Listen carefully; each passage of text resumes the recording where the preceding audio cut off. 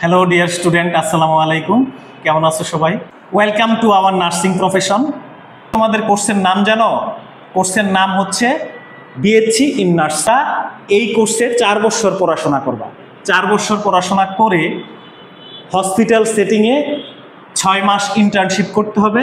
দেন তোমাকে comprehensive licensing এক্সামে পাশ হয়ে তোমাকে একজন পূর্ণাঙ্গ নার্স হইতে হবে। তোমরা এই 4 বছরে মোট 3800 মার্কসের এক্সাম দিয়ে থাকবা। Communicative English and information and communication technology এই সাবজেক্টের 2টা পেপার আছে। পেপার 1-এ হচ্ছে ইংলিশ, পেপার 2-তে হচ্ছে আইসিটি এবং বিহেভিয়ারাল সায়েন্স নিয়ে তোমরা স্টাডি করবা। দেন অ্যানাটমি অ্যান্ড ফিজিওলজি এই সাবজেক্টটা নিয়ে স্টাডি করবা। এই সাবজেক্টের তোমাদের 2টা পেপার আছে।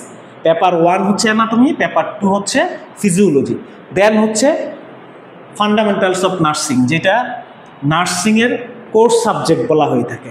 এই সাবজেক্টেরও 2টা পেপার, পেপার 1 এবং পেপার 2।